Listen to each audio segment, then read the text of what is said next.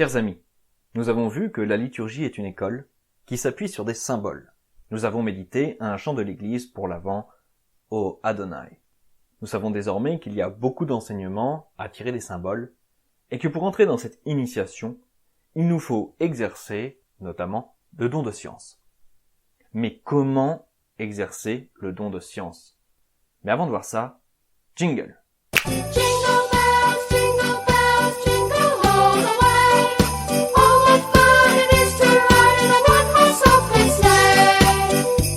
Pour remonter des choses sensibles aux choses surnaturelles, et surtout jusqu'à Dieu, il nous faut exercer le don de science. Puisqu'il s'agit d'un don, il faut le demander dans la prière et collaborer à ce don par notre activité. Le don de science se pratique et attire le don divin en s'efforçant d'observer l'activité d'une chose et en se demandant dans quelle mesure elle convient à Dieu et à l'Église. Lorsque je vois un homme faire preuve d'une saine et généreuse autorité, j'apprends quelque chose de l'autorité de Dieu. Je la compare à l'autorité du Christ que j'observe dans l'Évangile.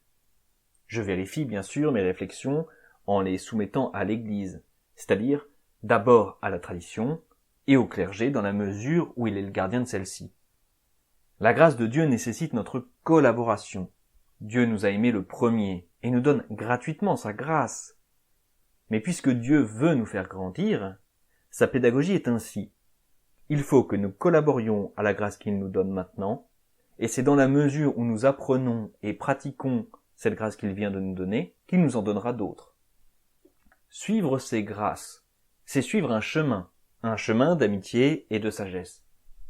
Il n'est pas aisé de suivre et de bien comprendre ce chemin, et c'est pourquoi Dieu nous a donné l'Église, pour qu'elle soit un lieu de pèlerinage. Les pèlerins doivent s'entraider pour parcourir le chemin, le clergé étant le chef de chapitre, c'est-à-dire le chef de groupe du pèlerinage. Si le chemin devient incompréhensible ou impraticable, c'est alors qu'il nous faut faire église, c'est-à-dire trouver dans notre chapitre d'abord, ou un autre chapitre, ceux qui peuvent parcourir le reste du pèlerinage avec nous. Être architecte, ce n'est pas savoir la théorie de l'architecture et l'expliquer. C'est connaître l'architecture, c'est-à-dire savoir la mettre en œuvre, y compris dans des situations nouvelles et complexes. On n'appellera pas architecte celui dont les constructions ne tiennent pas debout dès que la situation est nouvelle. De même, être chrétien, ce n'est pas savoir la doctrine chrétienne ou savoir l'expliquer. C'est la connaître, c'est-à-dire savoir mettre en œuvre cette doctrine, même dans des situations nouvelles et complexes. Je ne dis pas pour autant que cela signifie n'avoir jamais d'échec, ne jamais faire de faute, même grave. On ne juge pas de la qualité d'un militaire sur l'échec d'une mission particulière, ou sur le nombre de ses blessures. Saint Thomas nous le dit. Si le but du capitaine était que le navire ne s'abîme pas, ou ne s'égare en rien, il ne quitterait jamais le port. Alors, comment reconnaître l'exercice authentique du don de science? Il se remarque à ceci. Il produit en nous la véritable adoration.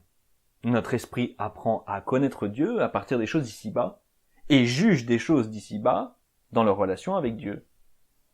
Cette vue de l'esprit engendre l'amour de notre dépendance envers Dieu, et notre agir incarne cet amour par un programme de vie qui manifeste cette dépendance en réalisant concrètement la doctrine.